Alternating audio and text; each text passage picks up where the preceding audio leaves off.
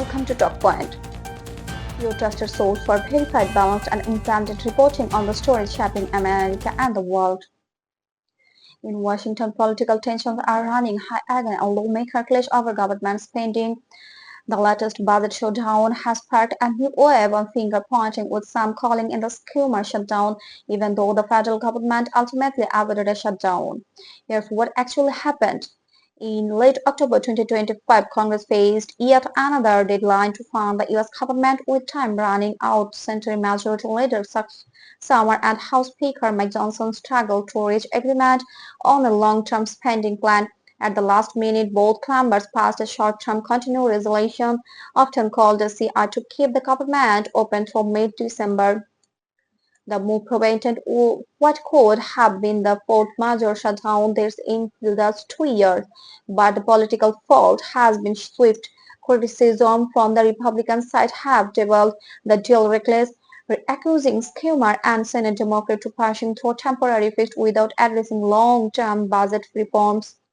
Democrats meanwhile say the real problem lies in the House, critics pointing to deep advising within the Republican causes that have stalled progressing on key funding bills, Schumer defense and measuring, saying quite the American people deserve a functioning government, not political chores. According to verified reports from Reuters and the Associated Press, the Hill and Discord Center on funding to border security, defense, and foreign aid, particularly additional support for Ukraine. Those disagreements have repeatedly slowed both negotiations and fluid frustration across both parties. Economists note that while the short-term deal kept the lights on, it did not solve the larger issues. America growing reliance on last-minute funding extension. The pattern has been become increasingly common in recent years, undermining confidence and Congress stability to govern effectively. Public opinion surveys from Morning Consult and IHOP in early November show that most Americans now blame both parties equally for Washington's defection. Nearly two-thirds of voters say that try to political brings shape and want Congress to focus on stability and long-term solutions. This is called Schumer shutdown. Love the has gained traction among partisan media outlets, but analysts say it's more chaotic than reality.